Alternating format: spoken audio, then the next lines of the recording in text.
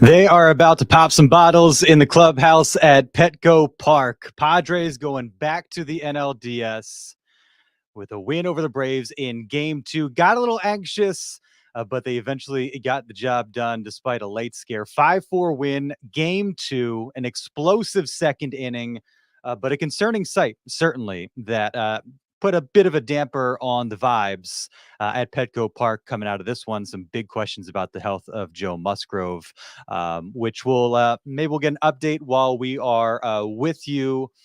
They just wrapped up the broadcast on ESPN, and going to be checking Twitter over the course of the next half hour, however long we are together. Going solo tonight. Derek Togerson getting ready to maybe throw a poncho on, some goggles, and head into the Padres clubhouse at Petco Park. A 2-game mini sweep of the wild card series against the Atlanta Braves. And now the Dodgers are up next. A rematch of the 2022 thrilling series that, of course, the Padres won in incredible fashion at Petco Park. We've already got somebody in the chat. Let's see who it is. Tico, celebrating here in Tennessee. Hit the chat. Definitely want to hear from you tonight. These pods are all about you, especially in the immediate aftermath of these games. That's what makes it a whole lot of fun to share these experiences with you. So I want to know what you're feeling, what you're thinking, what stood out to you about tonight's performance, what you enjoyed the most, and just how you feeling coming off of a very impressive 2-game performance against the Atlanta Braves. Ambush of Max Fried in the second inning that put them on the springboard to the victory.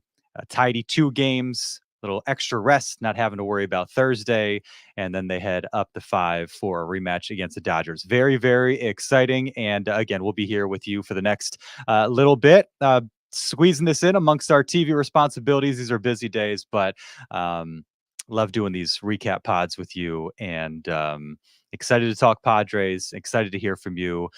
First things first, got a shout out. OG's a sponsor of the On Fire podcast. Appreciate all they do for the NBC7 sports team, for the On Fire podcast as well. If you can't make it up to LA this weekend, OG is a great place to watch the game.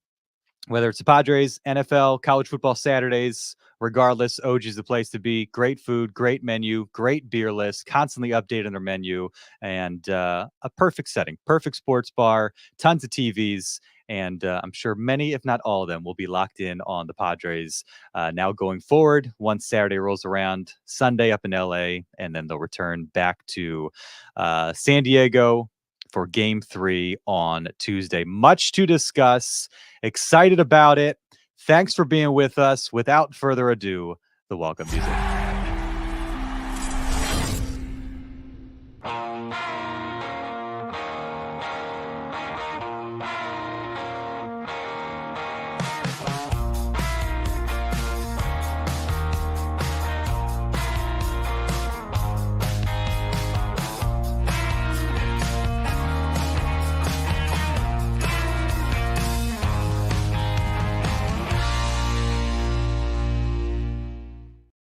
Absolute scenes at Petco Park. Absolute scenes. What an awesome, just an awesome setting, awesome environment. Loved being out there. Maria's in the chat. Shout out to Maria, always with us. Appreciate you. If you are watching, if you are listening, if you're with us live on YouTube, get in the chat. Let us know what you're thinking, how you feeling. Yet another champagne shower, popping bottles in the Padres clubhouse for the second time in what 8 days? Was it Tuesday and now Wednesday? Curious what the celebration will be like, what the party will be like, and how it will compare to what we saw at Dodger Stadium. And hey, maybe we'll see another celebration like that up at Dodger Stadium in the coming week or so, depending on how things shake out. Now that there's going to be another National League Division Series against the Dodgers, just 2 years after a legendary moment in San Diego sports history, that 7th inning in Game 4 Saturday night to send the Padres to the NLCS. But There'll be plenty of time to talk about the division series ahead, talk about the Dodgers. Plan on doing that Thursday with our regular scheduled Thursday podcast. But this one all about the Padres, all about the uh, 2 wins over the Braves that got them through the wild card series. And just great to see them come out and play the way that they did when things had really broken in the Padres' favor. And they very much took advantage of that. Jeff, curious, where can we see the celebration happening right now? I'll tell you what I'll be doing. I've got the split screen going on right now with Twitter on one window, and we've got our stream open on the other. So curious if they've made it in there yet, but you can bet all the fine folks that do a great job covering the Padres, the team account as well, will be passing on the visuals as quickly as they possibly can, and beat LA chants raining down at Petco Park after the Padres advance. Gotta love it. Gotta love it. Love seeing the Friar out there with the giant Padres flag on the field. Incredible. Incredible. And I got to take in the first 4 or so innings of this one before I headed back to the shop. And it was amazing. It was amazing that, even the first inning when they play a little small ball, bases loaded for Manny Machado. Yeah, we're already getting beat LA in the chat. You can keep that coming. But just the way that this game started, even though they, obviously left some meat on the bone in the first inning, just in terms of the vibe, in terms of the atmosphere, in spite of, them coming up empty in that first inning, to see them come out the way that it did and fuel the crowd the way that they did was sensational. And that's where you started to get a sense. Okay, it could be the Padres night with Higashioka walking. Or excuse me, going back to the first inning. Sorry, I'm looking at the play-by-play, trying to do too many things right now. Yeah, Rise the infield single, Tatis infield single, and then Profar, the fielder's choice to Fried. Fried can't get the throw to second in time. He's kind of hunched over, like in disbelief, like, is this really happening?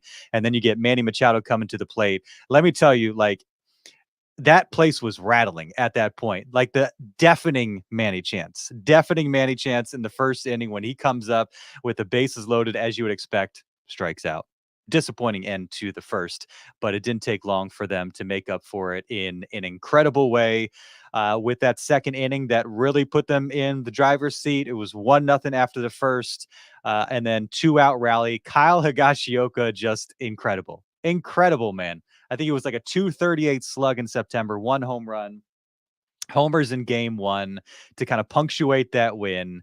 Got a chance to hear from him before the game, like so even, so level, and just so cool all the time. And comes up, ties the game with one swing of the bat. Place goes crazy. Luis Arraez singles, more small ball. Tatis gets on. Profar gets on, and then Manny Machado. The double to left, well struck, and just the roar, like the swell of the crowd for the Machado double and the Jackson Merrill triple. Just the noise that you hear. And, we've had so many big moments during the regular season, but that postseason crowd, when you're in these big spots, you hear the crack of the bat and the whole place, again, just this swell of noise. And you had it for Machado, drives in a couple runs. It's 3-1. I love the replay of Machado coming around first, hyping the guys up like you'd see with the home run. Even Manny just like unable to contain himself in that moment, rounding the bases, ball is live and in play, and he's firing his guys up as he makes his way to first. And then Jackson Merrill, man. Jackson Merrill, that triple to center was, the place, Petco Park, again, just deafening noise. The building erupts. It was awesome. It was just awesome. You watch him making his way from first to second. You're like, it made every sense. It made all the sense in the world for him to go to third. But even if he was pushing a little bit, like, I don't think there was a stop sign for Jackson Merrill in that moment. He would not have taken that stop sign. He would have rolled right through. The way he was sprinting around second base, as fired up as he was, that was really, really cool to see. Just the reaction from the crowd.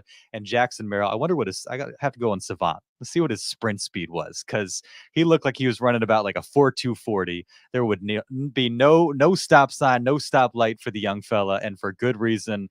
A triple. He is jacked up. The whole place is jacked up, and you go from down 2-0, 2 outs in the second, the Higgy homer, some small ball, Machado double, Merrill triple, and they have can't say full control of the game. It's still very, very early at the point. We know how things played out. Lots of baseball left to go, but I will say it felt like the Braves were, it seemed like they were in, 1, 2, 3 Cancun mode, like let's just get to the off season. It's been rough. It has been rough this season with all the injuries and everything they had to go through. They look like a deflated club and a deflated group. Again, Fried in the first inning just hunched over after, he doesn't get to throw to second in time. And, they weren't exactly playing airtight in the infield, which contributed to the Padres loading the bases again. And, credit to them. I mean, a resilient effort from the Braves, because at that point I thought it's a wrap. It is a wrap. But of course, we could not have foreseen what would play out and what would kind of kill the vibes to a certain degree, not entirely. But the sight of Joe Musgrove, of course, coming off the mound in the fourth inning, which was a really, really discouraging and surprising scene. I mean, there was the mound visit. Higgy goes out there kind of just on his own. And then Niebla and eventually Schilt follow. And you're thinking, okay, well, this isn't good. This is very, very concerning. And as we come to find out, elbow tightness for Joe Musgrove, and that was the cause for his early exit. On that note, I was tipped off that he had reached for his shoulder, or not his shoulder, his elbow at one point. And let's see if I can bring that up. I went back and I rewatched the fourth inning just to kind of see what was going on. And this was the one moment after the strikeout of Ozzy Albies, the one moment where I saw Joe reach for that right elbow. And it was funny, as he was walking off, it looked like he was kind of favoring his hip. So a lot of us in the press box were thinking, is it a hip thing?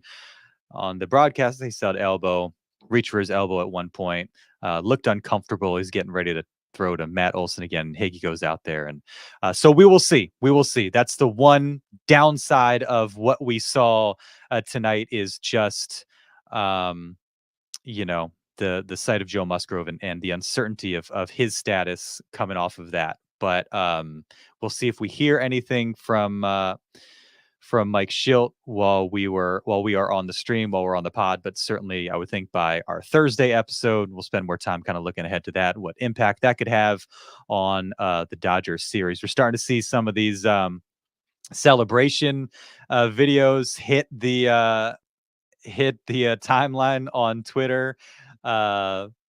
Video of Fernando Tatis Jr. shirtless on tweeted out by ESPN. Any excuse Fernando Tatis Jr. to take his shirt off? He's putting on the October ready NLDS t-shirt.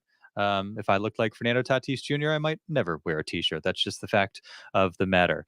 Let's see what's going on. Chat's popping off. Appreciate all of you being with us. Hit the chat. Let us know what you're thinking. If you were watching live on YouTube, if you were listening, the OG podcast app, we are going live throughout the postseason, as well as our regularly scheduled Thursday episodes. So love being with you live on YouTube. Mr. Sunshine saying, Dodger fans talking so much trash already. You knew that wouldn't take very long. Turbo Duran, can't wait to see my LA Dodgers put a can of whoop. I can't show that. This is NBC 7 property. But I appreciate the enthusiasm. Here we go, Turbo Dan. Bang, bang. Los Angeles Dodgers gang. Come on. We run California, not San Diego. Sorry, I didn't proof that read proofread that one already. That's my bad. Bad job by me. Let's see who else we got.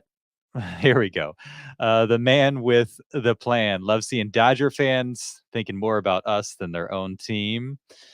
I'm pumped after that win. Worried for Joe, though. He was looking like perhaps our best pitcher from his return to the end. Sucks if this is the end of his postseason. Hopefully that's not the case. Kevin beat LA.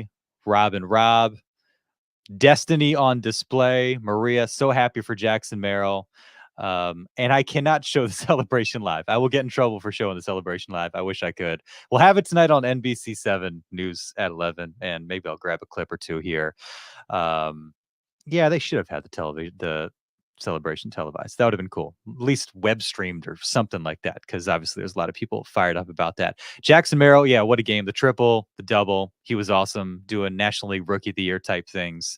And for a guy who, it was kind of a quiet finish for him to the regular season, to see him do that, be involved the way that he was, and have a moment like that was incredible. So shout out to Jackson Merrill, and a very, very impressive performance. And man, Joe looked good.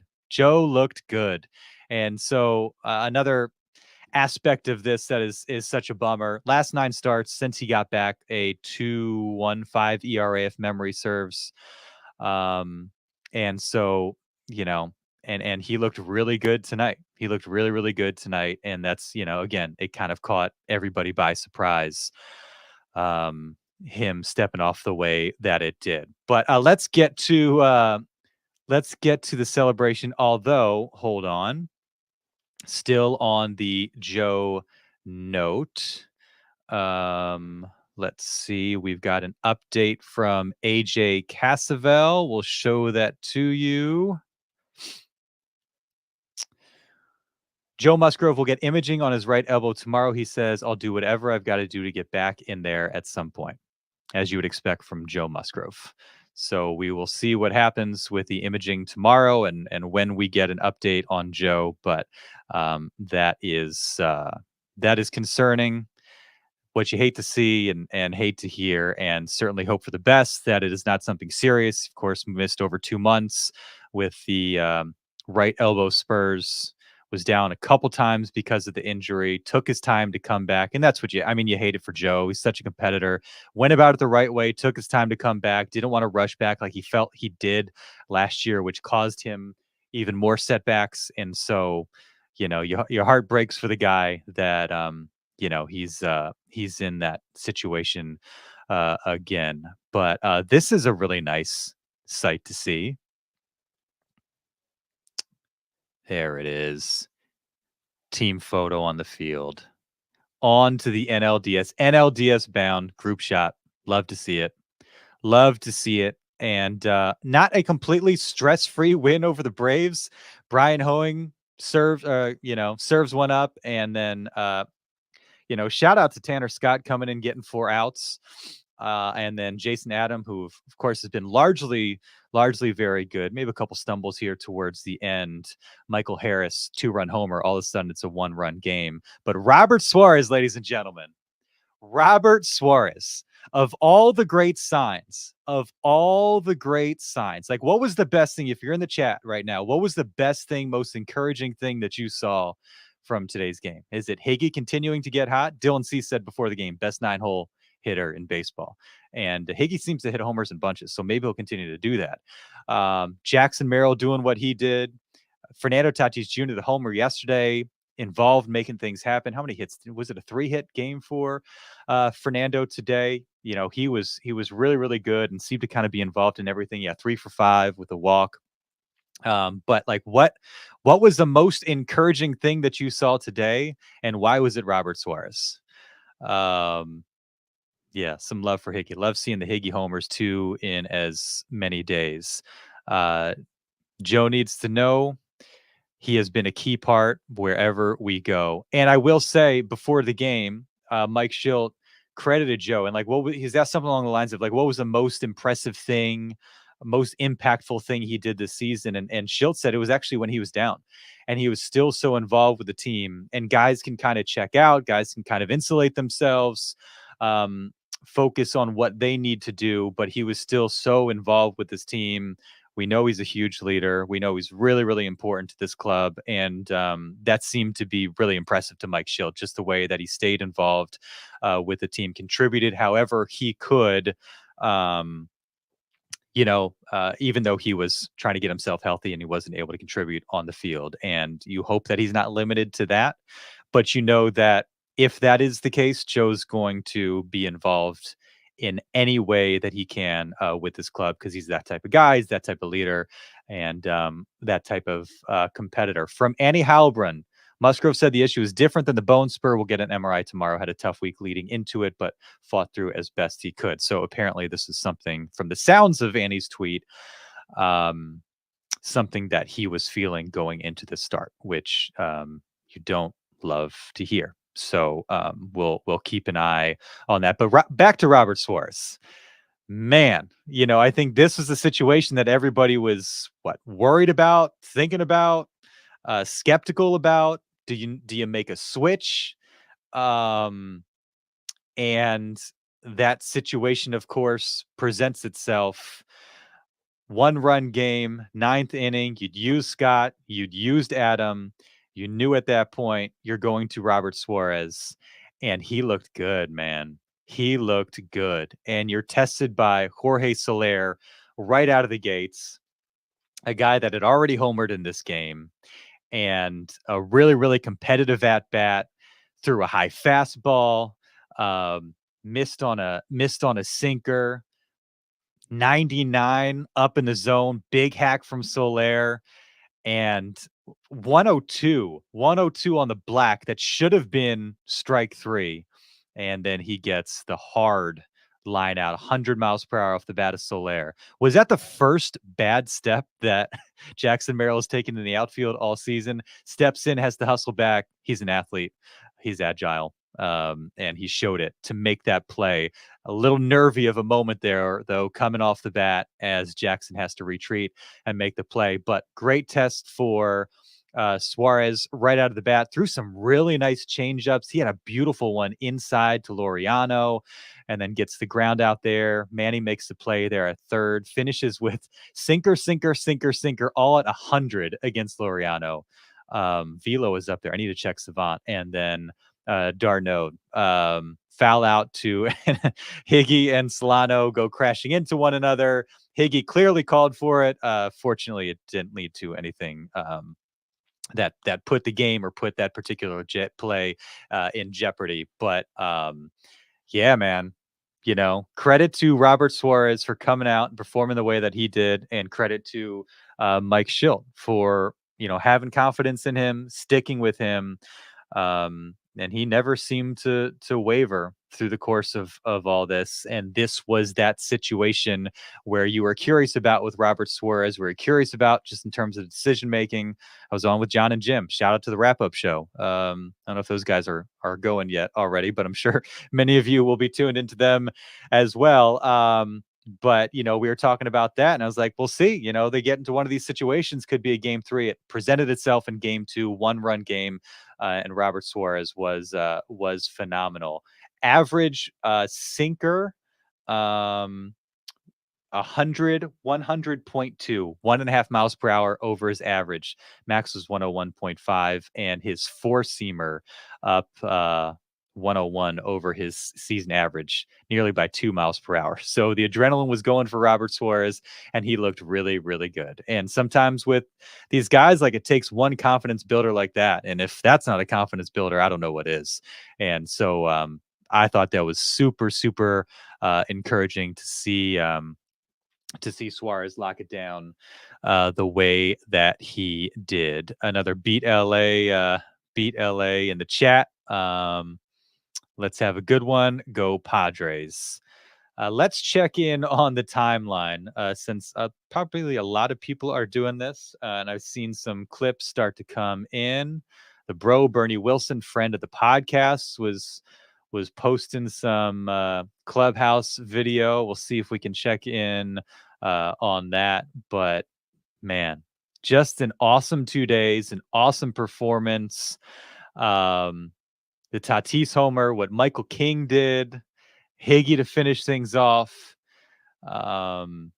the big fifth inning, Higgy again, the bullpen coming through, Tanner Scott 4 innings, Robert Suarez, and to just get through this thing in 2 games. As these wild card series generally have gone 2 games, and if you win game 1, you pretty much always win the series. All the Mets go into 3 games.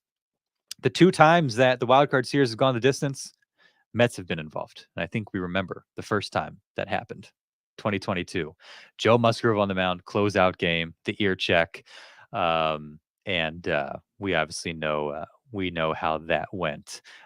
So cool to see them back in this situation, and just to experience the elation of this fan base, to see the towels going. It was a little bit sparse as they're doing player intros, like more so than yesterday, but the place filled up fast. It's like folks were like, all right, let's get to it. It's time to get down to business. And the atmosphere, the environment. MLB posted a cool clip behind the fans during Jackson Merrill's triple. Dylan Cease had an awesome quote today. Let me see if I can find it, about the atmosphere, and it was on display again today. Just this is new to him.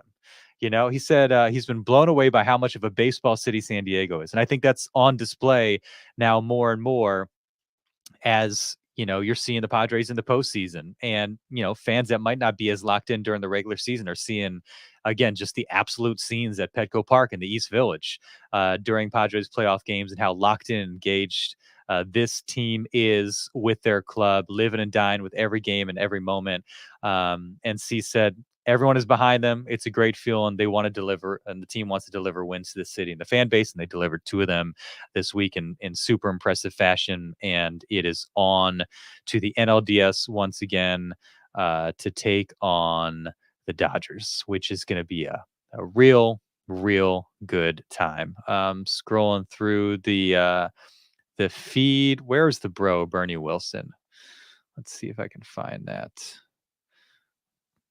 Let's see if I can. Oh, here we go. Here we go. I'm gonna. Here.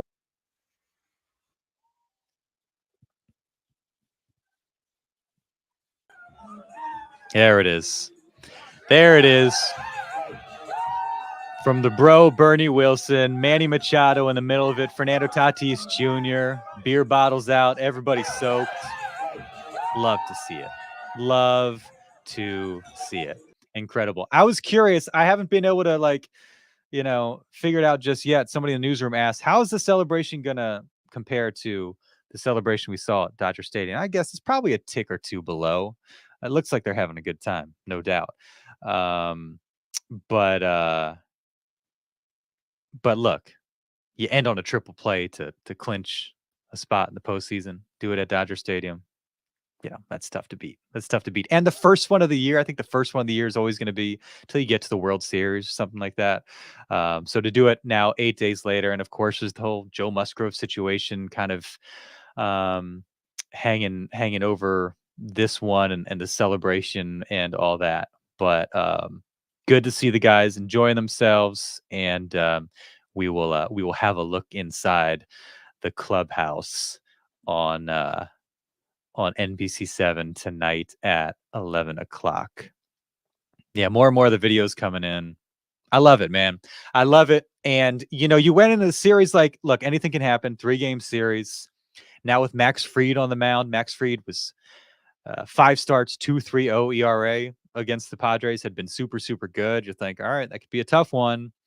And they still almost stole it. And you go into a 3rd game. Road teams have dominated these wild card series so far this year, which has been really interesting. And the one exception, of course, being the Padres. And so to avoid any unnecessary drama beyond the Michael Harris homer that made it a 1-run game, that just kind of add a little extra juice to the last inning or so,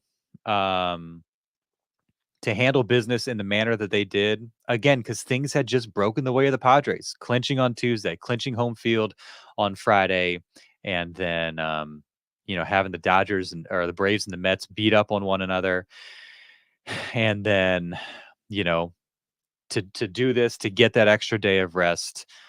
Things have lined up really, really well, and you're going to be as confident as you ever could be going into the Dodgers series because of how you played this season, because of what you did in 2022, and because of how good this team is. And they just haven't been phased by anything.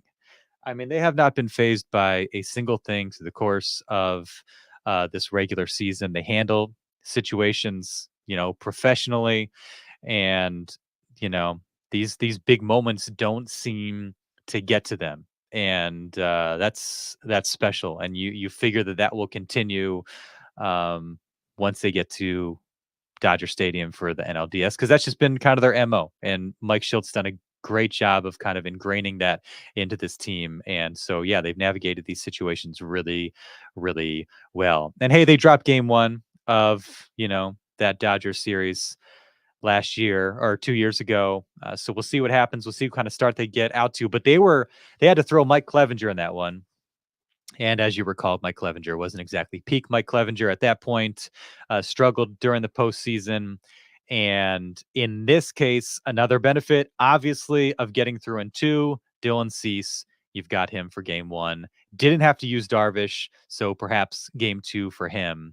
And, his presence obviously will be even more important now, just with the uncertainty around Joe Musgrove. But to get through, save one of your best arms, potentially two of them, when you factor in Yu Darvish, is enormous. And Cease seemed totally fine with the extra weight. Like he said, I'll use it as a positive, get some extra rest, work on my stuff. And he didn't seem to indicate there would be any downside or any negative to him having to hold off for a couple days before he'll eventually take the mound. Might wind down here, shift things to the TV side. Appreciate everybody watching along and in the chat. You guys make this such a fun thing to do, and we will continue this through the course of the postseason. Do a post game stream after game one Saturday against the Dodgers. Hopefully, game two Sundays are a little bit tricky for us, but we're going to do these as often as we can because we love it, and we love getting a chance to interact with you. And man, what an awesome ride. What an awesome ride and experience this has been. And I'm excited to see the Padres fan base at Dodger Stadium. And remember that Tuesday game when all the Dodger Stadium by like the fifth, sixth inning had made their way out. Dodger fans, I should say, made their way out of Dodger Stadium. I would venture to guess might be a little bit different. They'll probably still show up a little bit late, but maybe hang on a little bit longer. But the Padres are going to have Friar faithful, going to have a great presence there, and so that will be really, really good to see. And the rivalry continue, as if there's any question of whether or not it's a rivalry. The rivalry continues on a big stage, National League Division Series. Padres, Dodgers once again after we've got more Dodger fans in the chat. I can't show them. Come on, we gotta be. This is a family program here, but it's good to see folks getting chirpy already. You know what I mean? That's what it's all about. That's what makes it fun. And so yeah, exciting stuff. Should we leave you? Let's leave you with this clip from Sammy Levitt, who does fantastic work on the Padres pre and post game show. We've had him on the pod, of course. Love Sammy. Sammy's in the mix. You see Manny again in the middle of it all, popping bottles. Love it, man. Absolutely love it. And hopefully we got a couple, maybe a few more of those type celebrations ahead of us as the postseason marches on, and it continues Saturday, Dodger Stadium, NLDS. Padres dispatch of the Braves in 2 games, and this magical season rides on. Can't wait to see what is ahead of us. Thanks everybody for watching and for listening. We will be back with you on Thursday.